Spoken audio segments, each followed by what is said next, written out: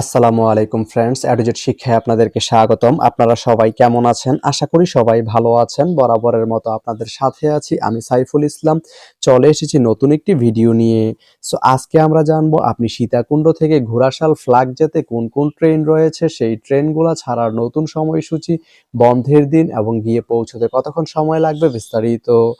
আমি যদি আপনাদেরকে ট্রেনের সময়সূচিগুলা বলে দেই, আপনি সীতাকুণ্ড থেকে ঘোড়াশাল ফ্ল্যাগ যেতে শুধুমাত্র একটি ট্রেন রয়েছে, সেটি হচ্ছে কর্ণফুলী।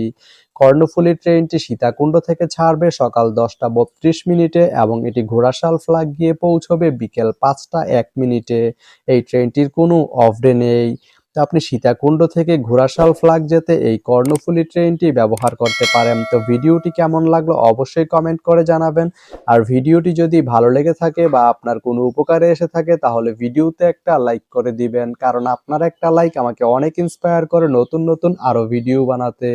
তো ধন্যবাদ সবাইকে ভিডিওটি এতক্ষণ ধৈর্য ধরে দেখার জন্য। ভালো থাকবেন, সুস্থ থাকবেন, এডুজেট শিক্ষার সঙ্গেই থাকবেন।